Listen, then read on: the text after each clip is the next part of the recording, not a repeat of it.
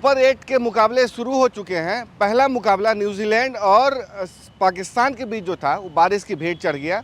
दोनों टीमों को एक एक पॉइंट से संतोष करना पड़ा। अब दोनों टीमों को कह लें कि दोनों मुकाबले जीतने होंगे। पाकिस्तान के लिए मुश्किल है, लेकिन न्यूजीलैंड के लिए कहा जा रहा है कि वो आसानी से अपने मुकाबले जीत सकते हैं। लेकिन आज बात कर रहे हैं हम भारत की प्लेइंग 11 को लेकर के। प्लेइंग 11 जो होने जा रही है उसको लेकर के कप्तान सूर्य कुमार यादव ने अपनी स्पष्टता दे दी है और कहा जा रहा है कि इसमें कोई बदलाव नहीं होने वाला है। जो लीग के मैचेस थे वही कुछ प्लेइंग 11 इस मैच में भी होंगे। और जो सवाल अभिषेक शर्मा को लेकर के उठ रहे थे कि वो लगातार डक पे आउट हो रहे हैं, इनफैक्ट कि उन्होंने जो 3 डक्स की हैट्रिक बनाई है उस पर भी जो सवाल उठे थे उसको शांत कर दिया सूर्य कुमार यादव ने और एक बड़ा स्टेटमेंट दिया है। उन्होंने साफ तौर पे कहा, अभिषेक ने पिछले साल हमें संभाला था, अब हमारी बारी है। ये होता है कप्तानी, ये होती है एक कप्तानी की तरह स्टैंड लेना। जिस तरीके से आपको याद होगा कि रोहित शर्मा जब कप्तान थे, विराट को हटाने को लेकर सवाल हुआ था, उन्होंने स्टैंड लिया था। उन्होंने पलट करके पूछा था मजाकिया अंदाज में कि क्या आप रोहित शर्मा के बारे में बात कर रहे हैं? वो रोहित शर्मा जिसके नाम कई रिकॉर्ड्स हैं, 2 दोहरा शतक है और साथ ही साथ टीम की जो पावर प्ले की जो लाइन है या जो ट्रेंड है उसको चेंज कर देने का है, या जिसने ट्रेंड सेट कर दिया भारत को खेलने को अंदाज को लेकर के, उसके बारे में बात कर रहे हैं। तो विराट कोहली ने स्टैंड लिया, रोहित शर्मा ने भी विराट कोहली का स्टैंड लिया था। दोनों कप्तानों ने एक दूसरे को बैक किया था। वैसा ही कुछ स्टैंड अब सूर्य कुमार यादव ने अपने टॉप क्लास के प्लेयर अभिषेक शर्मा के लिए है। वो अभिषेक शर्मा जो लगातार कह लें कि डक पे आउट हो रहे थे, शून्य पे आउट हो रहे थे, ऐसा लग रहा है कि एक मेंटल ट्रॉमा है। आई मीन जो वो तबीयत उनकी ख़राब थी, हॉस्पिटलाइज हुए थे, उसके बाद से ऐसा लग रहा है कि उबर नहीं पा रहे हैं। तो 3 मैचों में लगातार वो 0 पे आउट हो रहे हैं। तो उससे लग रहा है कि उनकी जो मानसिक स्थिति है, खेलने को लेकर के, टेम्परामेंट को लेकर के, उस पर असर पड़ा है। तो उसको दूर करने के लिए, उसकी मजबूती प्रदान करने के लिए सूर्य कुमार यादव ने एक बोल्ड स्टेटमेंट दिया। उन्होंने कहा कि हमने देखा कि किस तरीके से टीम को संभालने का काम अकेले वन हैंडेड जो कह सकते हैं वो अभिषेक शर्मा ने किया, अब हम संभालेंगे। तो कुल मिलाकर के ये साफ हो गया है कि सूर्य कुमार यादव अभिषेक शर्मा को टीम में बना कर रखने वाले हैं। भले वो कितने रन बनाए, भले कैसे खेलें, उनको बैकिंग दी जा रही है। मैनेजमेंट ने भी साफ कर दिया है कि आप अपना नेचुरल गेम खेलो और एक बार उनका बल्ला चल जाए तो पूरी पावर प्ले की तस्वीर बदल सकती है, पूरे सुपर 8 की तस्वीर वो बदल सकते हैं। इसलिए मुझे लगता है कि मैनेजमेंट ने ये क्लियर कर दिया है कि कोई बदलाव नहीं होंगे। इस लिहाज से सैमसंग को बाहर बैठना पड़ेगा। सैमसंग को लेकर सवाल हुआ था क्योंकि सैमसंग भी सलामी बल्लेबाज हैं, सैमसंग राइट हैंड के बल्लेबाज हैं। ऐसे में अगर उनको नहीं खिलाया जाता, क्योंकि ईशान किशन भी आते हैं, ईशान किशन भी लेफ्ट हैंडेड है, अभिषेक शर्मा भी लेफ्ट हैंडेड है, और वहाँ पे अगर सैमसंग आते हैं तो राइट हैंडेड का राइट लेफ्ट का कॉम्बिनेशन बनता है। अभिषेक शर्मा ईशान किशन में लेफ्ट हैंडेड का कॉम्बिनेशन बनता है। इस लिहाज से टीमें लेफ्ट राइट का कॉम्बिनेशन हमेशा चाहती हैं कि लेकर चलें, लेकिन यहाँ पे कोई समझौता भारतीय टीम नहीं करने जा रही अपने प्लेइंग 11 से, क्योंकि विनिंग कॉम्बिनेशन है। भारतीय टीम अभी तक अजय रही है। यूएसए के मुकाबले में ऑल्दो उसे एक तरीके से चुनौती दी गई थी, लेकिन ये वेकअप कॉल था जिससे भारतीय टीम उबर गई थी। और जहाँ तक बात करें टीम इंडिया के प्रदर्शन को लेकर के, तो वो निर्भर कर रही है कि तिलक वर्मा कैसा प्रदर्शन कर रहे हैं, सूर्य कुमार यादव किस तरीके से प्रदर्शन कर रहे हैं। ऑल्दो वो फॉर्म में आए थे, कई मैचों को सिंगल हैंडेडली उन्होंने संभाला, टीम इंडिया को जीत दिलाई, लेकिन एक कह लें कि तिलक वर्मा के भी प्रदर्शन पे सवाल उठ रहे थे, उनको लेकर के भी सवाल उठे थे। और सवाल किया गया कि क्या उनकी जगह सैमसंग को उठाएंगे, खिलाया जाएगा।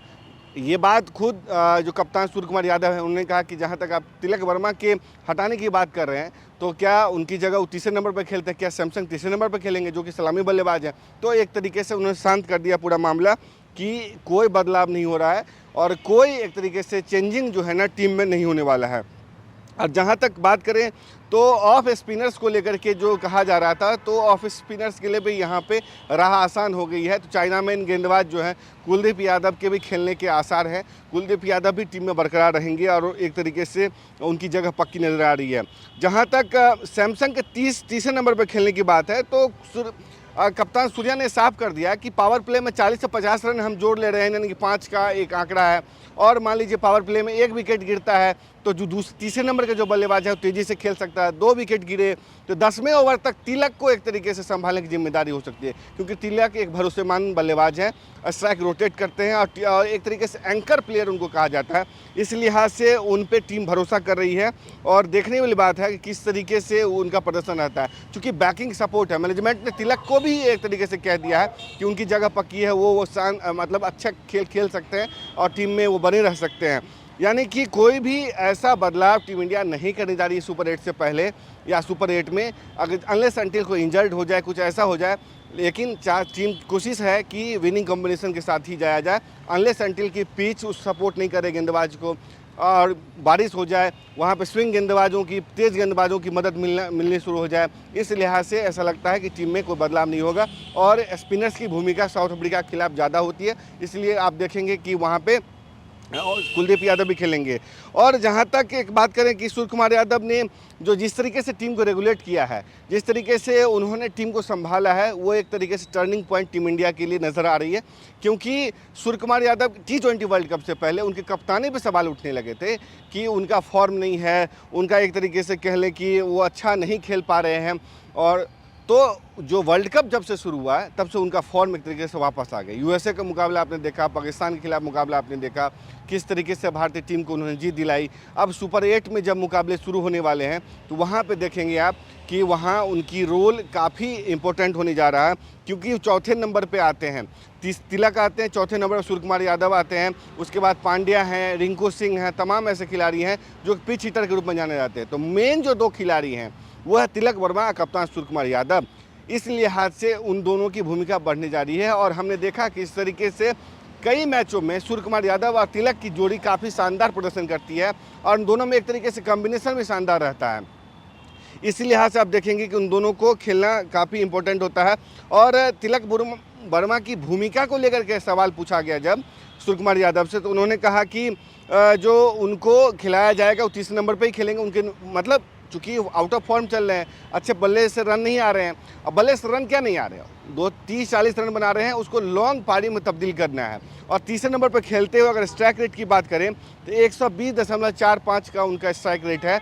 इस लिहाज से उतना ख़राब भी नहीं है और अब उनको बस इतना देखना है कि उनकी जो पारी है उसको किस तरीके से वो एक बड़ी मैच विनिंग पारी में तब्दील करते हैं, अगर ऐसा होता। क्योंकि आपने देखा साउथ अफ्रीका के खिलाफ उनका बहुत शानदार प्रदर्शन है, बैक टू बैक सेंचुरीज उन्होंने साउथ अफ्रीका के खिलाफ लगाए थे। साउथ अफ्रीका में जाकर के ये बताने काफ़ी है कि उनका रिकॉर्ड कैसा रहा है। इस लिहाज से चाहेगी टीम कि उनको दांव लगाया जाए और सुपर 8 के मुकाबले में तिलक वर्मा और अभिषेक शर्मा पे पूरा दारोमदार होगा। लेकिन जो अंडरडॉग परफॉर्मर इस सेंस में जो कि सारी स्ट्रैटेजी टीमें अभिषेक शर्मा को लेकर के बना रही थी, लेकिन अब प्रदर्शन करते नजर आए हैं आपको ईशान किशन ने जिस तरीके से टीम को संभाला है और जिस तरीके से पावर प्ले में उन्होंने खेल दिखाया है, इसी कारण आप देखते हैं कि पाकिस्तान की पूरी रणनीति फेल हो गई थी। शुरुआत में ही 5 रन के अंदर में विकेट गिर गया था पाकिस्तान के खिलाफ मुकाबले में अभिषेक शर्मा का, लेकिन ईशान किशन ने जिस तरीके से पीटा और एक गेंदबाजों पर अटैक किया था, उससे सारी पाकिस्तान की पेस मशीनरी या कह सकते हैं पेस बॉलिंग अटैक जो है वो ध्वस्त हो गया था। यानी कि जो अब ईशान किशन है आउट ऑफ सिलेबस आ गए थे।